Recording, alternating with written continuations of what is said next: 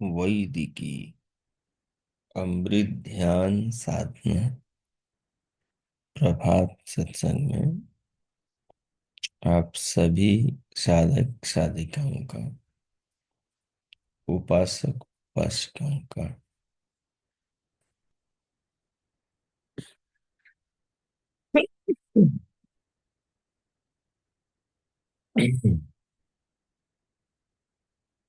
हार्दिक स्वागत है।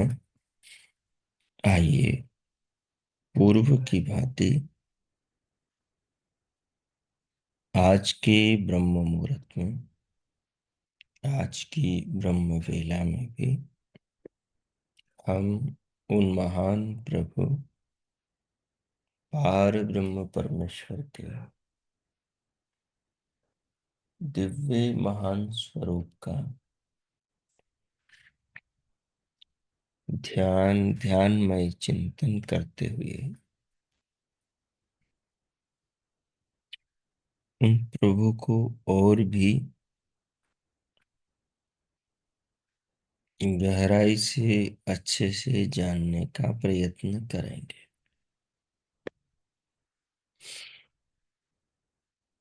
भगवान हमारे जीवन के परम रक्षक हैं। भगवान ही हमारे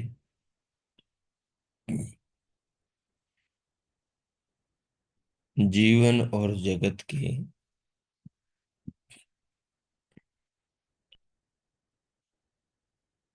समस्त लोक लोकांतरों के राज राजेश्वर हैं। हमारे कर्मों का वही हमें न्याय पूर्वक दंड देते हैं,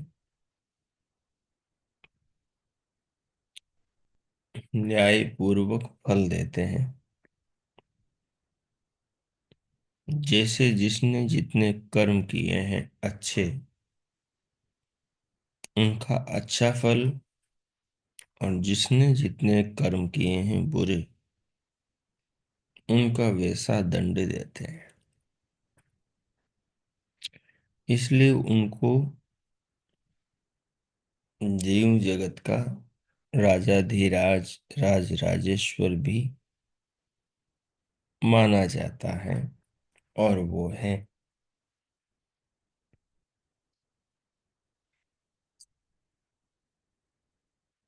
संसार में जो विविधता प्राणियों के जीवन में देखने को मिलती है, उसके पीछे सबसे बड़े कारणों में एक प्रमुख कारण मनुष्य के कर्म है।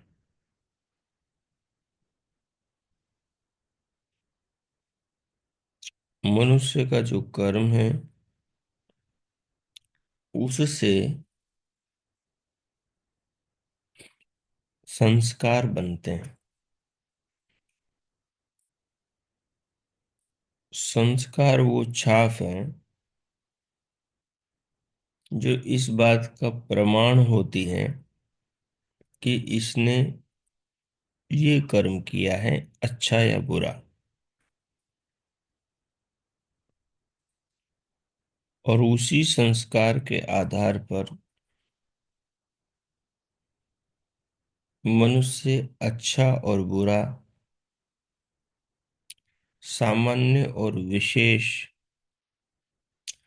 फल का अधिकारी बनता है। ये संस्कार मनुष्य डाल तो खुद सकता है,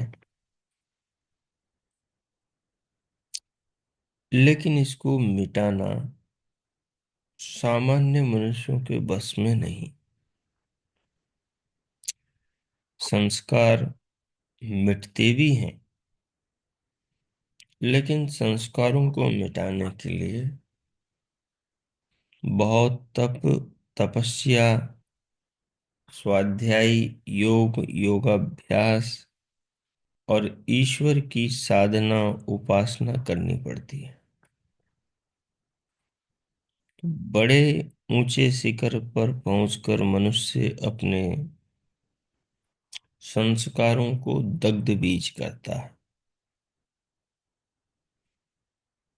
जैसे बीज जल जाते हैं तो फिर वो अंकुरित नहीं होते, जले हुए बीज बोने के बाद भी, वैसे ही मनुष्य के जब कर्म संस्कार दग्ध बीज ज्ञान और ईश्वर के ध्यान से हो जाते हैं,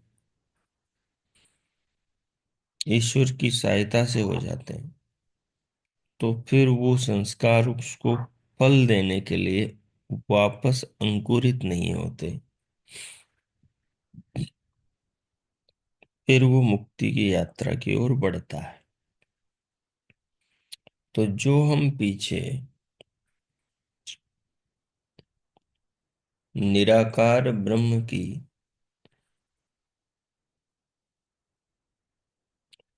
उपासना के लिए उनके स्वरूप को समझ रहे थे, एक मंत्र का सहारा लेकर, उस मंत्र में आगे जो बात आई है, वो बात जीवन के इस सूक्ष्म आयाम की ओर दृष्टि ले जाती है। वो क्या है? पूरा मंत्र इस प्रकार से है, न तस्य प्रतिमा अस्ति यस्य नाम महत यशः, हिरण्यगर्भः इति एष मा मा हिंसित इति ऐसा यस्मात् न जात इति एष। तो हमने हिरण्यगर्भः, न तस्य प्रतिमा अस्ति यस्य नाम महत यश हिरण्यगर्भ, यहाँ तक इति एष, यहाँ तक इस पर विचार पीछे की दो सभाओं में चिंतन और ध्यान के रूप में किया। अब आगे की जो पंक्ति का उपदेश है, या पंक्ति में जो ईश्वर का संदेश है, वो बहुत प्यारा है। और उसको समझने के लिए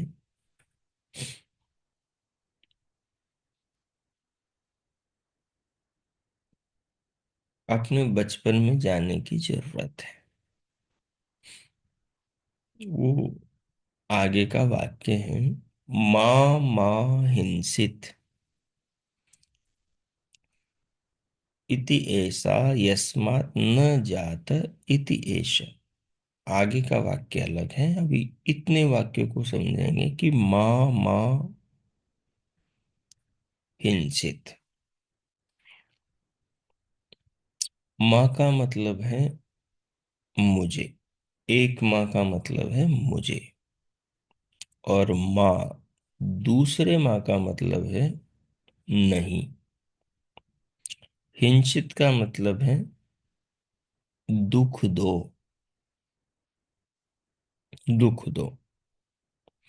क्या कह रहे हैं भगवान से भक्त कि मुझे दुख मत दो, ऐसे करें। जैसे अध्यापक पाठ की तैयारी नहीं करने पर बच्चे को दंड देता है। किस लिए दे रहा है? क्योंकि उसने पाठ की तैयारी नहीं करी, कल दिन भर बच्चों के साथ में खेलता कूदता रहा और ध्यान नहीं रखा कि उसे होमवर्क करके ले जाना है। इसलिए अध्यापक जी ने सुबह खड़ा कर दिया उसको। अब वो कह रहा है कि आज मुझे माफ कर दो, कल से मैं कर लाऊंगा। अध्यापक जी का ने कहा कि नहीं, तुझे आज मैं माफ कर दूंगा तो तेरी आदत पड़ जाएगी, इसलिए तुझे आज भी माफ नहीं करूंगा। खड़ा रहे, दंड भोग। दंड के संस्कार पड़ जाएंगे तो तुझे कल अपने आप याद आ जाएगा कि कल होमवर्क न करने पर तुझे क्या दंड मिला था। अब समझदार बच्चे का जो पिता था, पिता भी जब इस बात से अवगत हुआ, घर जाकर बच्चे ने कहा, बोले पिताजी, आज गुरुजी ने मेरे को दंड दिया, कष्ट दिया। पिता ने सुनते ही कहा, क्यों दिया? बोले, मैं पाठ तैयार करके नहीं ले गया, इसलिए मुझे खड़ा रखा। तो पिता को, माता को दुख हुआ। तो भाई कोई बात नहीं, पाठ याद नहीं करके तो दूसरे दिन ले जाते। अध्यापक जी से दूसरे दिन मिला तो अध्यापक जी ने यही बात बताई कि अगर मैं कल दंड नहीं ले देता तो फिर बुराई करने की इसकी आदत पड़ जाती, आदत पड़ जाती। तो इसलिए वो आदत न पड़े, इसलिए मैंने इसको दंड दिया। अब कल दंड दे दिया तो देखो आज ही पाठ याद करके ले आया। ठीक है। तो कहने का मतलब ये है, यदि मैं भगवान से ये कहूं कि मुझे दंड मत दो, मुझे दुख मत दो मेरे पापों का, परमात्मा फिर भी मुझे दुख देंगे, फिर भी मुझे दुख देंगे। क्यों देंगे? क्यों देंगे? वो इसलिए देंगे क्योंकि जो मैंने पाप कर चुका हूं उसका दंड तो मुझे इसलिए दे रहे हैं ताकि मुझे याद रहे कि पाप का दुख ये होता है, कष्ट ये होता है, दंड ये होता है, और आगे मैं पाप न करूं, आगे मैं पाप न करूं। तो भक्त क्या कर रहा है कि माँ माँ हिंसित, हे प्रभु मुझे दुख मत दो, मुझे दुख मत दो। तो ये इस वाक्य का अभिप्राय ये है कि मैं कल से काम कर लाऊंगा, मुझे दुख मत दो। ये क्यों कहना पड़ा? क्योंकि परमात्मा दुख देता है बुरा करने पर, मतलब गलती करने पर, अपराध करने पर उसका दंड देता है। दंड वो क्षमा, पाप क्षमा नहीं करता, दंड देता ही देता है। इसलिए यहां पर ऐसा कहा। अब ये पूरा का पूरा एक ऐसा मंत्र है, उस मंत्र को यहां पर जोड़कर हम समझेंगे। दरअसल ये एक मंत्र नहीं, ये मंत्र तो एक है, लेकिन इस मंत्र में पीछे का जो इसका प्रकरण है, उस प्रकरण के कई मंत्रों की ओर इशारा किया है कि भाई पीछे हम ये भी कहा है, पीछे हम ये भी कहा है। तो वहां से भी इस बात को समझ लेना, ऐसा। तो पीछे का इसका एक बड़ा प्यारा मंत्र है जिसमें इस बात को खोल करके समझाया। मंत्र है, माँ माँ हिंसित जनिता यह पृथिव्या यो वा दिवम सत्य धर्मा व्यानद यश्च अपश्चंद्राः प्रथमो जजान कस्मै देवाय हविषा विधेम। अब इन्होंने बड़ी प्यारी बात कही, जो मंत्र में है वो यहाँ कहा कि माँ माँ हिंसित जनिता, हे जन्म देने वाले, लोक लोकांतरों के स्वामी परमात्मा, माँ माँ हिंसित, मुझे दंड मत दो, मुझे दुख मत दो। मैं पाप आगे नहीं करूंगा, अपराध आगे नहीं करूंगा, लापरवाही नहीं करूंगा। मनुष्य लापरवाही करता है। हम वेद पढ़ते हैं, इतनी प्यारी प्यारी शिक्षात्मक बातें आती हैं, लेकिन फिर भी कहाँ हम प्रमाद करना छोड़ते, कहाँ हम आलस करना छोड़ते, कहाँ हम बुरा सोचने से, किसी की निंदा चुगली से कहाँ बाज आते। जबकि हमारे मन में परमात्मा तो कहते हैं, जब हम करने लगते हैं बुरा काम कि ये मत करो, रुकते हैं क्या हम परमात्मा की सुनते हैं? कहाँ सुनते हैं? ये सब हमारा अनुभव सिद्ध जीवन का भाग है कि हम परमात्मा की एक नहीं सुनते हैं। परमात्मा हमारे मन में भले ही बोलता रहे, लेकिन हम सुनते ही नहीं परमात्मा की। इसलिए यहाँ पर कहा, माँ माँ हिंसित, मुझे दुख मत दो। दुख क्यों ना दे? तुम सुनते ही नहीं हो। सुनोगे तो नहीं देंगे, लेकिन तुम सुनोगे नहीं तो दुख तो देना पड़ेगा। क्योंकि और कोई उपाय नहीं मनुष्य को सुधारने का, बिना दुख के, दंड के। देखिए, तो अगला मंत्र क्या कह रहा था? माँ माँ हिंसित,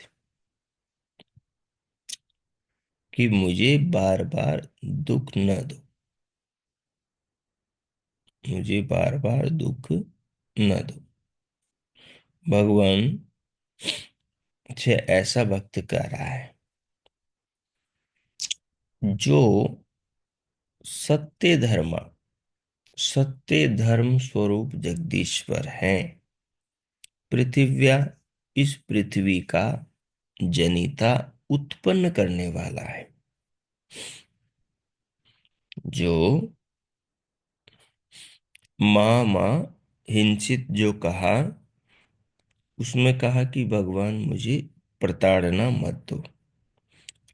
इसी के, इसी बात को समझाने के लिए कहा कि जो सत्य धर्म, सत्य धर्म स्वरूप जगदीश्वर हैं, पृथिव्या, इस पृथ्वी का जनिता, उत्पन्न करने वाला है। यह दिवम, और जो द्युलोक का रचयिता है। व्यानट, जो सर्वत्र, व्यानट यानी व्याप्त है, विद्यमान है। सर्वत्र मतलब सब संसार के कण कण में, जहां भी मनुष्य रहते हैं वहां पर। यह जो अपचंद्रा, जल और चंद्रमा को जजान, उत्पन्न करता है। कस्मै देवाय विधेम, हविषा विधेम, सुख पाने के लिए उस परमात्मा की आज्ञा में हम अपने कर्मों को अर्पण करने। बात को समझिए। कह का मतलब सुख होता है, चतुर्थी विभक्ति है। कस्मै देवाय, सुख देने वाले देव परमात्मा के प्रति, हविषा विधे में हम अपनी कर्मों की सकल उत्तम सामग्री को, यानी अच्छे अच्छे कर्मों को उसकी आज्ञा में अर्पण करें, आज्ञा में अर्पण करें। महामहिंसित, फिर कहा बाद में, उसी सुख स्वरूप परमेश्वर की आज्ञा में अपनी सकल उत्तम सामग्री को समर्पित करके हम उसकी भक्ति करें।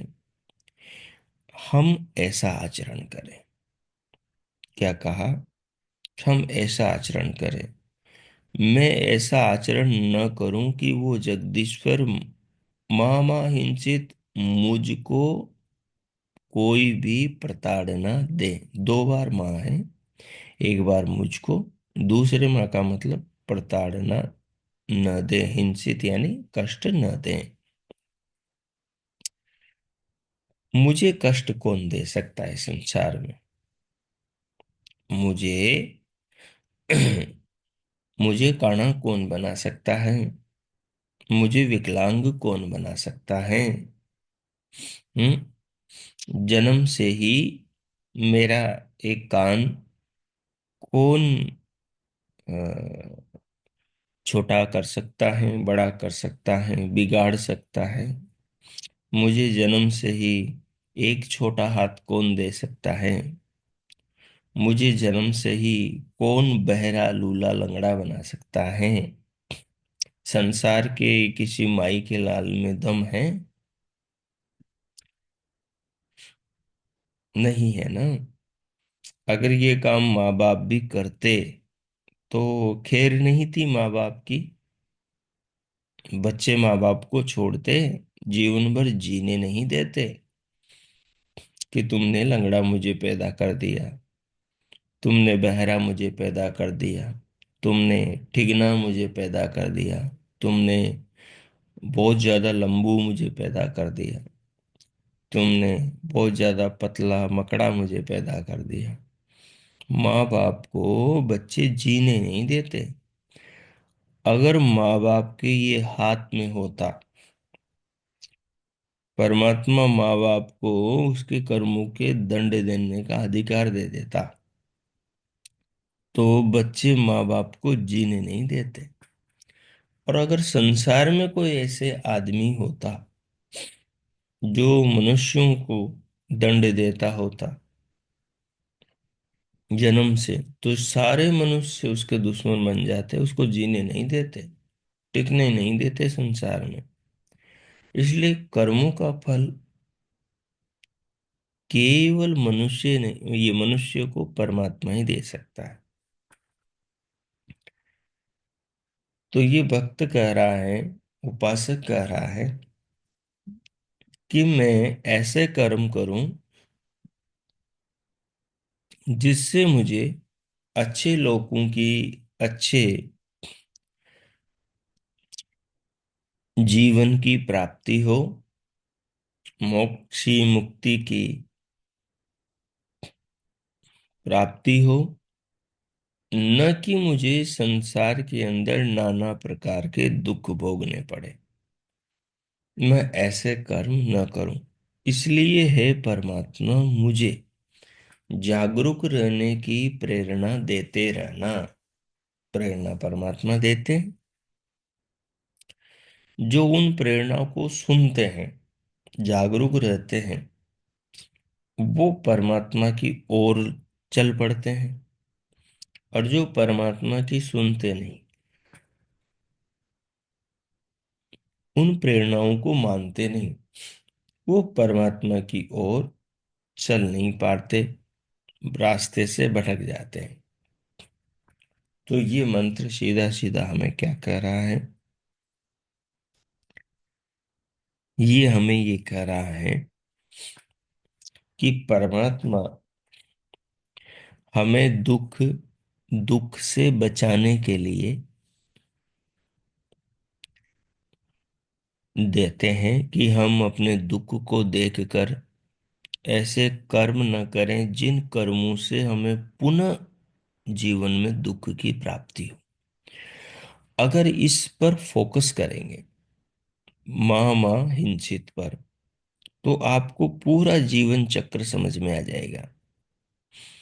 पूरा संसार, संसार के अंदर ये चीज समझ में आ जाएगी कि संसार बहुत सुखदायक है। यहाँ सुख की हर प्रकार की सामग्री है, लेकिन फिर भी यहाँ दुख क्यों पाता है मानव? इस दुख की वजह मनुष्य के कर्म है, न कि संसार है। पूज्य स्वामी महर्षि दयानंद सरस्वती जी ने किसी प्रश्न के उत्तर में ये बात कही कि संसार में सुख ज्यादा है और दुख कम है। लेकिन हम देखते हैं, बाकी सब लोगों का अनुभव है, लोग ये कहते हैं संसार में दुख ज्यादा है। और ऋषियों ने भी कहा, कुत्रापि कोपि सुखी नास्ति। संसार में कहीं भी कोई सुखी नहीं। अब आप कहेंगे, बोले स्वामी जी तो ऋषि थे, ऋषियों के सरताज थे, ऋषियों के प्रतिनिधि थे, और आप कह रहे हैं कि ऋषि ने कहा संसार में सुख ज्यादा है। और यहाँ तो कपिल मुनि जो सबसे बड़े दार्शनिक थे वो कह रहे हैं कि यहाँ दुख ज्यादा है। तो बात क्यों समझिए, संसार में सांसारिक सुख ज्यादा है। मनुष्य के बुरे कर्मों के कारण संसार के अंदर दुख उसे मिलते हैं। बुरे कर्मों के कारण संसार में उसको दुख मिलते हैं, नहीं तो संसार में सुख ज्यादा है। एक वाक्य हमें सुनने को मिलता है, मनुष्य का जन्म पाने के लिए देवता भी तरसते हैं।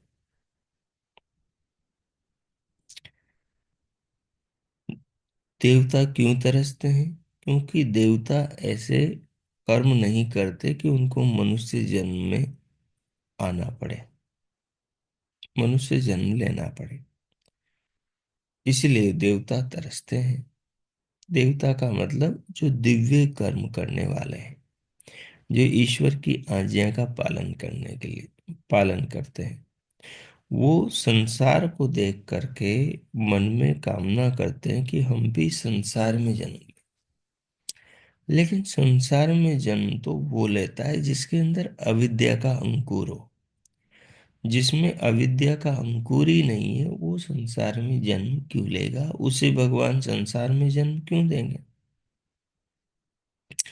हाँ, देव ये अभिलाषा रखे, जैसे श्री कृष्ण अभिलाषा रखते थे कि जब जब संसार में पाप बढ़े, अपराध बढ़े, तो मैं वेद के प्रचार के लिए, ईश्वर के संदेश को जन जन तक पहुंचाने के लिए संसार में जन्म लूं। ऐसी प्रार्थना करे तो बात अलग है। बाकी ईश्वर की आज्ञा का पालन करने वाले व्यक्ति के लिए संसार में सुख ही सुख है, कहीं भी दुख नहीं है।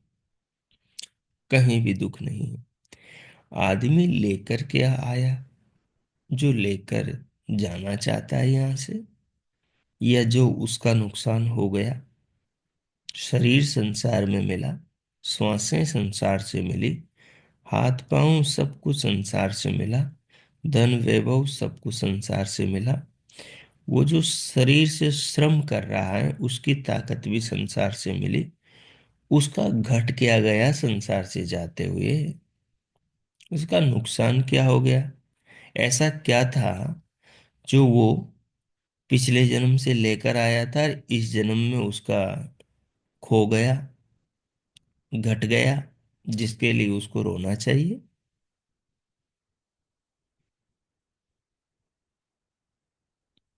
अब सामान्य आदमी समझेगा कि जी कुछ भी नहीं घटा, तो रोना फिजूल है। बिल्कुल ऐसे व्यक्ति के लिए संसार में सुख ही सुख है, जो पिछले जन्म से इस संसार में आया और पिछला उसका कुछ भी नहीं घटा।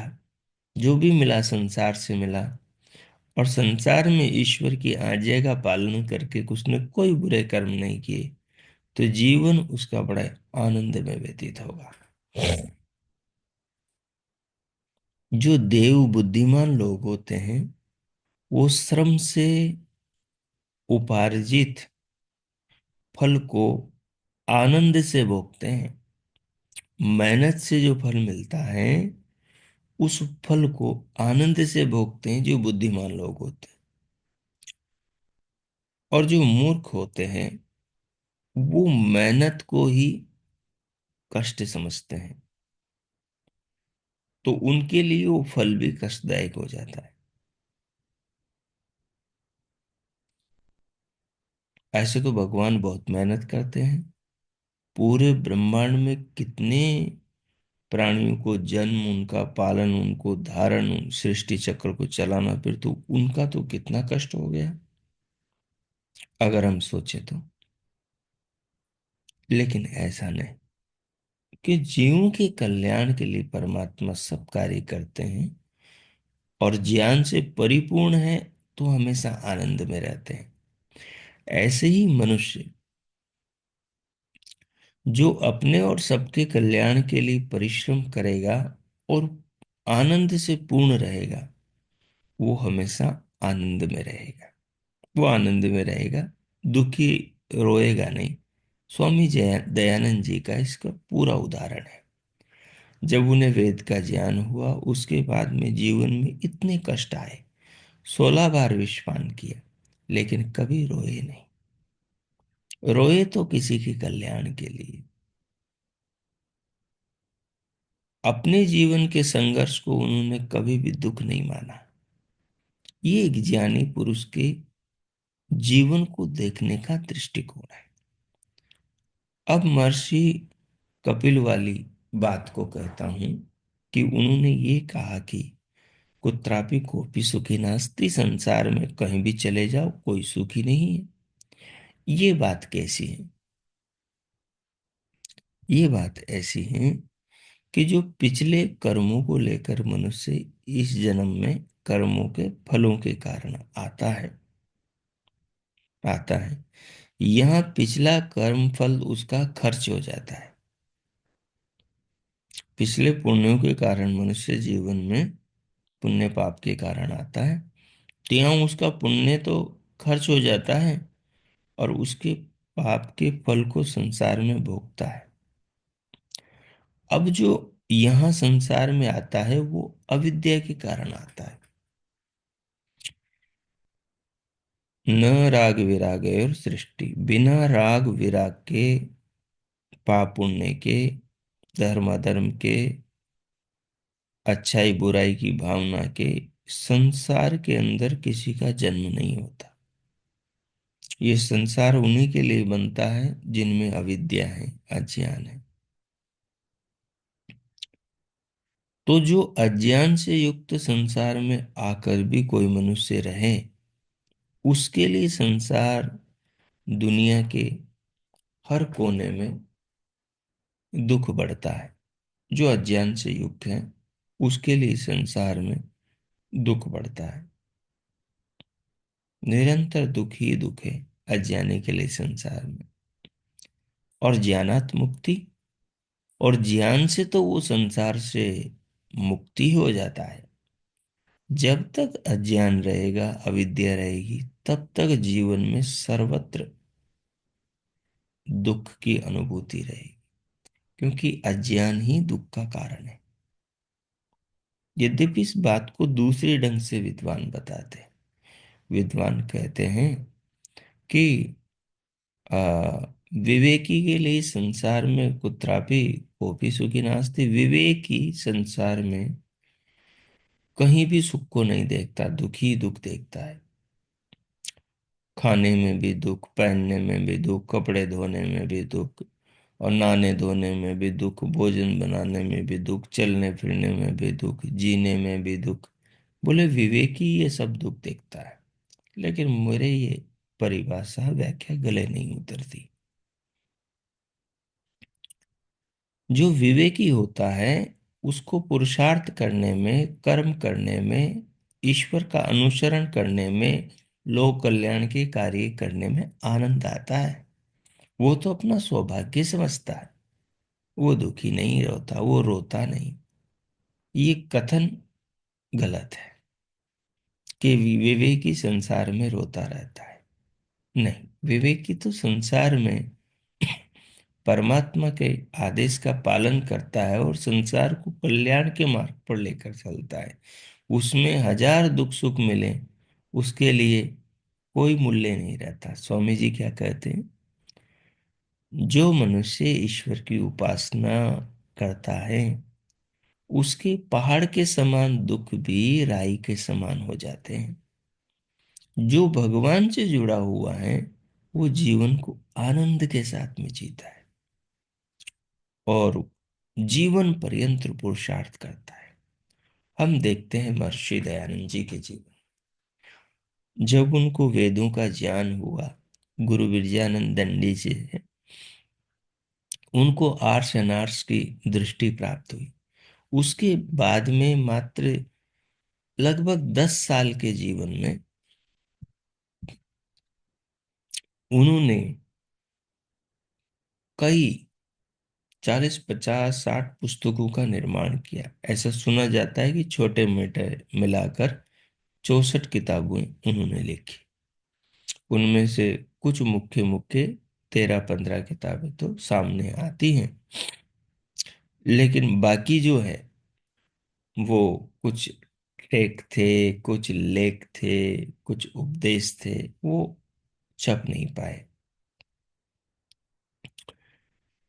तो महर्षि ने अपने पूरे जीवन में कितना पुरुषार्थ किया, कितना परिश्रम किया। जब उनको ज्ञान हुआ वेदों के द्वारा जीवन का, ईश्वर का, जिंदगी का स्वरूप पता लगा, जरा भी नहीं बैठे। हजारों उपदेश, हजारों पत्राचार और हजारों यात्राएं, छोटे से जीवन में इतना काम कर दिया।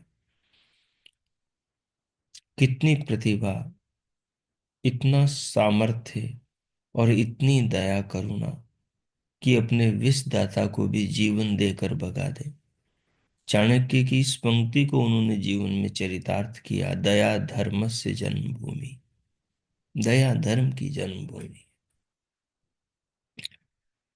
और अंत में विष जिसने दिया था वो जगन्नाथ, सुनने में आता है कि बाद में बहुत पछताया, बहुत दीनहीन की तरह, बिल्कुल अपने आप को उस पाप से भरा हुआ जीवन में बाकी शेष जीवन उसने नरक की तरह व्यतीत किया, दुखी रहते हुए व्यतीत किया। उसको अपराध का बोध हो गया, उसको समझ में आ गया कि उसने क्या कर दिया। लेकिन ऋषि ने उसको दंड नहीं, ऋषि ने किसी को भी दंड नहीं दिया। हाँ, जो धूर्त थे, जो धूर्त थे, जो किसी अज्ञान में किसी का हथियार, किसी का खिलौना बनकर जो उनको दुख देने के लिए आए, उन अज्ञान में दुख देने वाले को स्वामी जी ने दंड नहीं दिया, न दिलवाया किसी से। लेकिन जो धूर्त थे, कपटी थे, उदंडी थे, घमंडी थे, ऐसे घमंडियों का स्वामी जी ने मद मर्दन किया, उनके अभिमान को चूर चूर किया। दो दुष्ट उनको पानी में डुबोने के लिए आए, तो उनकी ही दोनों की गर्दन पकड़ के पानी में उल्टा उन्हीं को डुबो दिया। तड़पने लगे तो फिर छोड़ दिया। कहने का अभिप्राय है,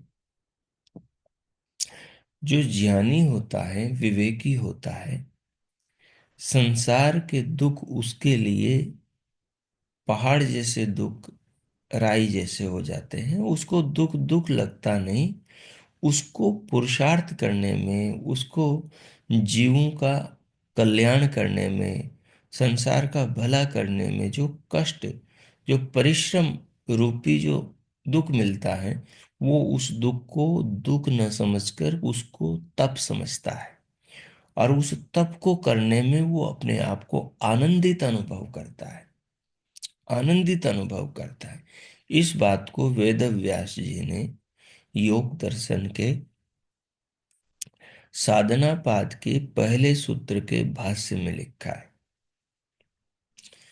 कि ज्यों ज्यों वो अपने चित्त के, ज्यों ज्यों अपने चित्त के दोषों को नष्ट करता है तप के द्वारा, अपने अज्ञान को नष्ट करता है तप के द्वारा, त्यों त्यों वो आनंदित होने लगता है। और तप किसका नाम है? कि जिसको करते हुए व्यक्ति को आनंद आए, खुशी की अनुभूति हो, प्रसन्नता का उदय हो कि मेरे मन के कलुषित संस्कार मिट रहे हैं, मेरी अविद्या अज्ञान का नाश हो रहा है। जो मनुष्य परिश्रम करने में दुख मान रहा है, ये एक प्रकार का अज्ञान है। आप कहेंगे ये अज्ञान कैसा है? ये अज्ञान ऐसा है क्योंकि परिश्रम करने से आत्मा का कहाँ क्या घट गया। बिना परिश्रम के क्या माँ बच्चे को पाल सकती है? क्या 9 मास तक उसे अपने गर्भ में रख सकती है? बिना परिश्रम के क्या पिता अपने परिवार का भरण पोषण कर सकता है? बिना परिश्रम के क्या माँ भोजन बिना बनाकर बच्चों को और पति को, परिवार को, सास ससुर को खिला सकती है, तृप्त कर सकती हैं, तृप्ति का सुख दे सकती है? नहीं। बिना परिश्रम के सुख उत्पन्न ही नहीं होता। बिना तप के तो जीवन भी उत्पन्न नहीं होता। इसलिए परमात्मा के प्रथम ईक्षण को भी तप कहा है ऋषियों ने। परमात्मा ने तप किया, उससे संसार उत्पन्न हुआ। इसलिए इसलिए कुत्रापि कुपि सुखी नास्ति, इस पंक्ति की व्याख्या अलग ढंग से करनी चाहिए। संसार में ज्ञानी को कहीं दुख नहीं लगता। हाँ, जिसको दुख होता है, ताप दुख, संस्कार दुख, गुणवृत्ति दुख, जो योग दर्शन में बताया, वो उसको होता है जिसके अंदर अज्ञान शेष है। वो पूरा ज्ञानी नहीं है अभी। पूर्ण ज्ञानी होता तो उसमें ये दुख होता ही नहीं। वो आधा ज्ञानी है अभी। पूरे ज्ञानी की तो मुक्ति होती है। पूरा ज्ञानी तो बंधन मुक्त होता है। पूरा ज्ञानी तो परम आनंद की अनुभूति करता है। पूरा ज्ञानी तो योग दर्शन के अंत में क्या कहा? जो जानना था सब कुछ जान लिया, जो पाना था सब कुछ पा लिया, जो छोड़ना था सब कुछ छोड़ दिया। अब पाना और छोड़ना कुछ भी शेष नहीं, अब तो परमानंद में हूं। तो यहां जो वाक्य कह रहा है कि मामा हिंसित, हे प्रभु, मुझे दंड आपको न देना पड़े, मुझे ऐसी प्रेरणा करो। बच्चा माँ से कह रहा है कि तुम रोजाना रोजाना मुझे पीटती हो। ठीक है। आ, बच्चा टीचर से कह रहा है कि रोजाना रोजाना मुझे आप खड़ा कर देते हो। मुझे इस प्रकार से पढ़ाओ कि मुझे मार न खाना पड़े। मतलब मुझे समझ में आ जाए जीवन कि मुझे जीने कैसे, ताकि मैं गलती ही ना करूं। मुझे इस प्रकार से पढ़ाओ। कुछ अध्यापक बड़े विशेष होते हैं, बड़े कुशल होते हैं। वो इस प्रकार से पढ़ाते हैं कि बच्चों को झट से विद्या समझ में आ जाती, झट से सवाल हल करना आ जाता है। और कुछ अध्यापक ऐसे समझाते हैं कि उनको खुद कोई समझ में नहीं आ रहा होता, तो बच्चे को क्या समझाएंगे। और फिर बच्चे पर वो डांटते रहते हैं, बच्चे को कोसते रहते हैं, बच्चे को झड़पते रहते हैं। बच्चे पर खुद को समझ में नहीं आ रहा तो अपनी वो अकड़ निकालते हैं। लेकिन परमात्मा तो ऐसे नहीं है। कई माँ बाप ऐसे होते हैं, जीना उनको नहीं आता और वो बच्चों से अच्छी अपेक्षाएं करते हैं, बच्चों को वैसा नहीं सिखाते।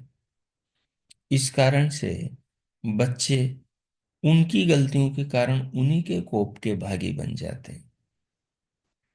माँ बाप की गलतियों के कारण बच्चे बिगड़ जाते हैं। और बच्चे बिगड़ जाते हैं तो बच्चों को, फिर बिगड़े हुए बच्चों को वही माँ बाप बिगड़े हुए दुख देते हैं। जैसे मान लो पिता खुद बीड़ी सिगरेट गुटखा खा रहा है, गाली गलौज कर रहा है, माता खुद निंदा चुगली कर रही है। ठीक है। अब बच्चा भी सीखेगा गाली निकालना। अब बच्चा भी गुटखा बीड़ी सिगरेट से श्री खाना पीना सीखेगा।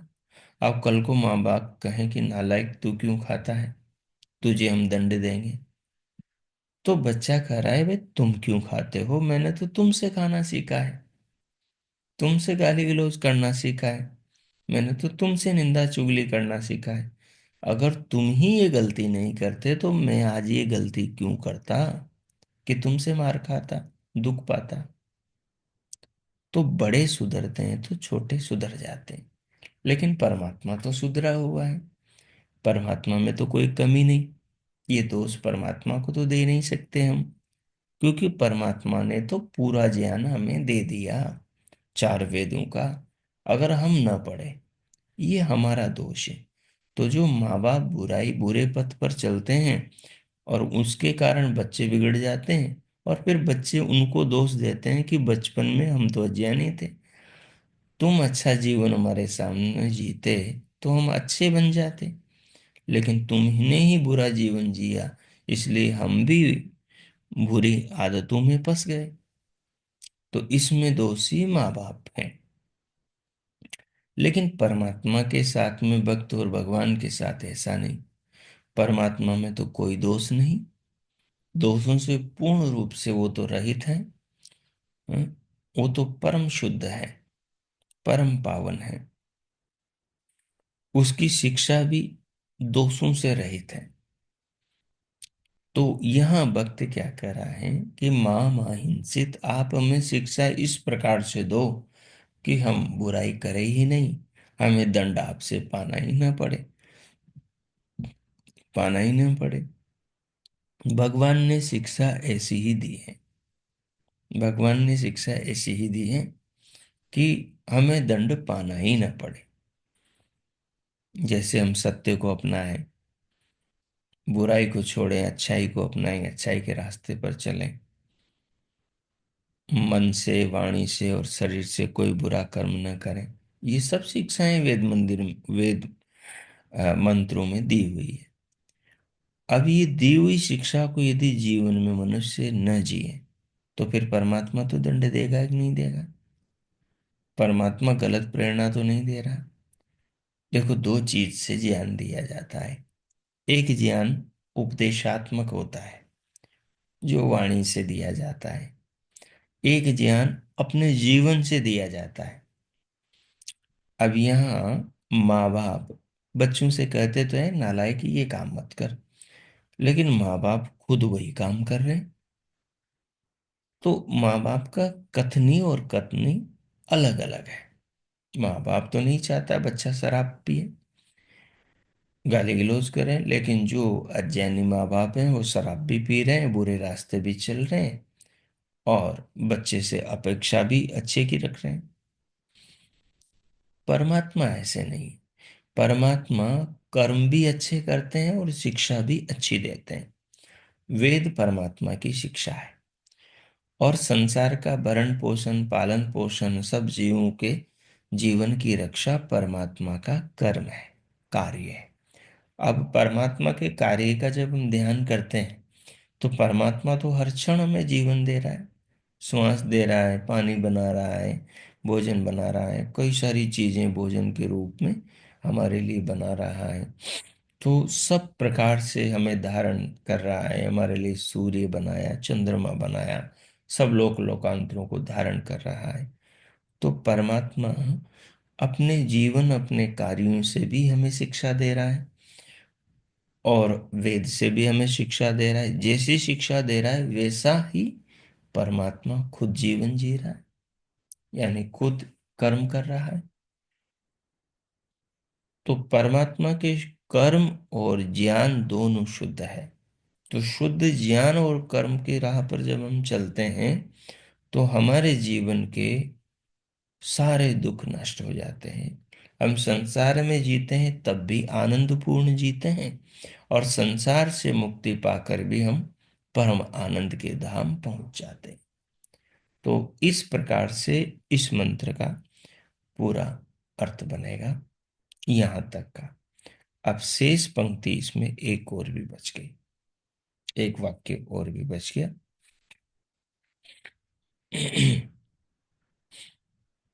नहीं, शेष को भी हमने पूरे को कर लिया। तो इस प्रकार से इस मंत्र की पूरी शिक्षा है, क्योंकि परमात्मा जो दंड देने वाला है वो संसार में सर्वत्र विराजमान है, हर जगह बैठा हुआ है, हमारे हृदय में, हमारी आत्मा में, हमारे घर में बैठा हुआ, दूसरे के घर में हम डकैती डालेंगे वहां पर भी बैठा हुआ, हम दूसरे का नुकसान अंधेरे में करेंगे, अंधेरे में भी बैठा हुआ है, सुनसान जगह पे करेंगे वहां भी बैठा हुआ है, हम बेईमानी कहीं भी करेंगे, रिश्वत के रूप में करेंगे वहां पर भी विराजमान है, सब जगह से हमें देख रहा है, हम बच नहीं सकते। तो कहा माँ माँ हिंसित। तो वो परमात्मा अगर बुरा करेंगे तो हम कहीं भी, किसी भी क्षेत्र में, दुनिया के किसी भी कोने में, किसी भी समय करें, लेकिन वो देख रहा है, जान रहा है, और हमें दंड अवश्य देगा। उसके दंड से बचने के लिए हम उसको अपनी स्मृति में रखें, उनके इन गुणों को ध्यान में रखें कि उसकी कोई मूर्ति नहीं है जो हम उसको एक जगह समझ लें, वो मंदिर में किसी के अंदर बैठा हुआ हो ना।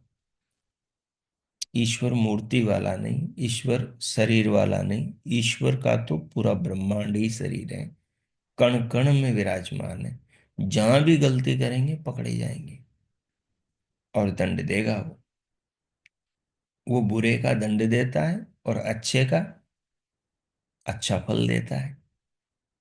जो अच्छा करेगा उसको अच्छा फल मिलेगा, जो बुरा करेगा उसको बुरा फल मिलेगा, सीधी बात है।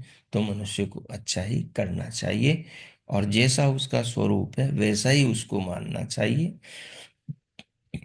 और उसका यश, उसकी महिमा ही जो सर्वत्र फैली हुई है, ये महिमा ही उसका परिचय देती है, उससे परिचित कराती है। न कि उसके नाम को भांड की तरह गाने से उसके स्वरूप का बोध होता है।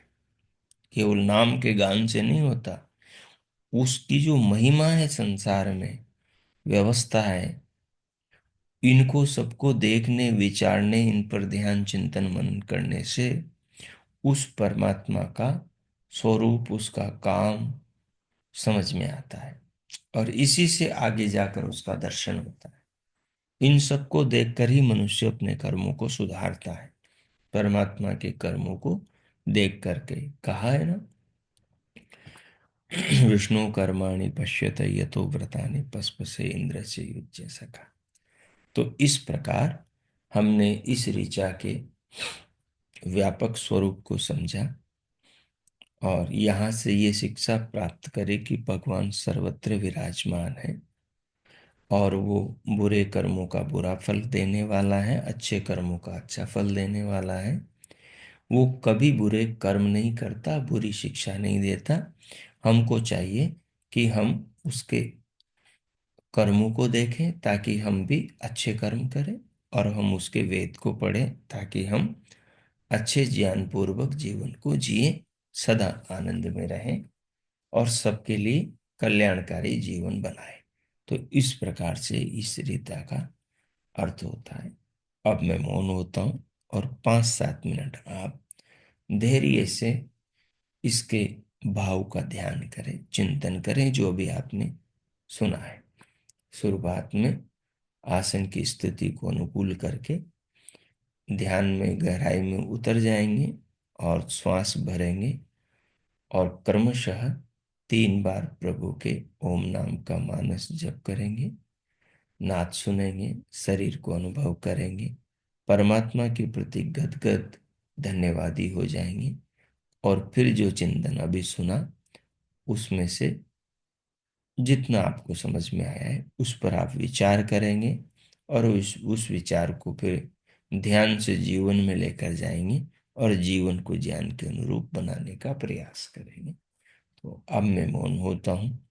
अगले 5-7 मिनट के लिए आप ध्यानमय चिंतन में प्रवेश करो। ओम कीजिए।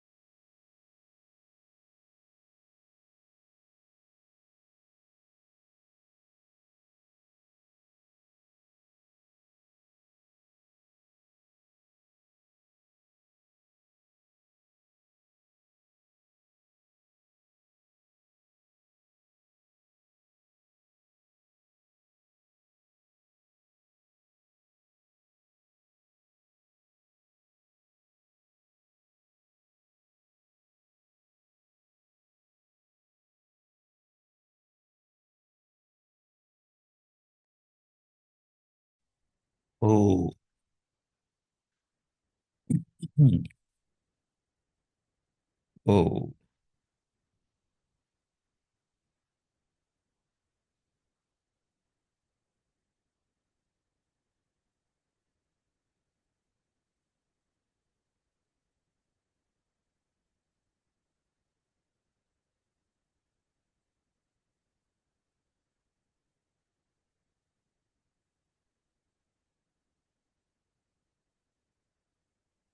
तो इस प्रकार हमने इस महान ऋचा के द्वारा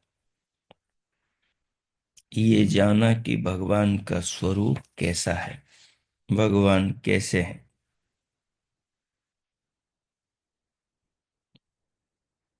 भगवान की महिमा को, भगवान के स्वरूप को जाना, समझा। ये परमात्मा 16 कलाओं वाला है। ये भी एक महान रहस्य की बात है। इसको हम आगे फिर कभी समझेंगे। आज जो आपने ध्यान में न तस्य प्रतिमा अस्ति यस्य नाम महत यश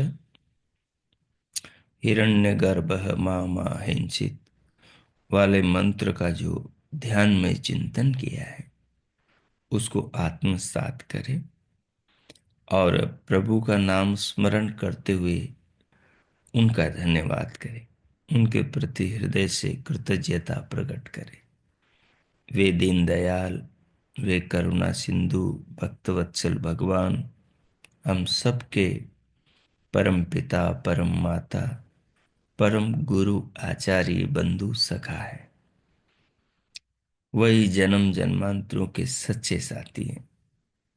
उनसे नेह रखें, उनसे प्रेम रखें, उनके प्रति हृदय में अपार श्रद्धा के, समर्पण के, निष्ठा के भाव रखें।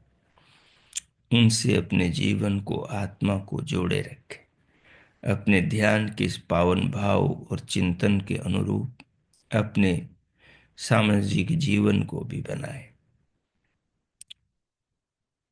आइए अब प्रभु का नाम स्मरण करते हुए, उनका धन्यवाद करते हुए फिर आज की ध्यान सभा को विराम देंगे।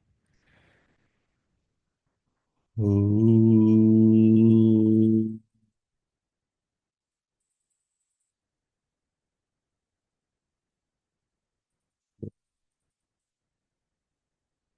ओम शांति, शांति, शांति। ओम।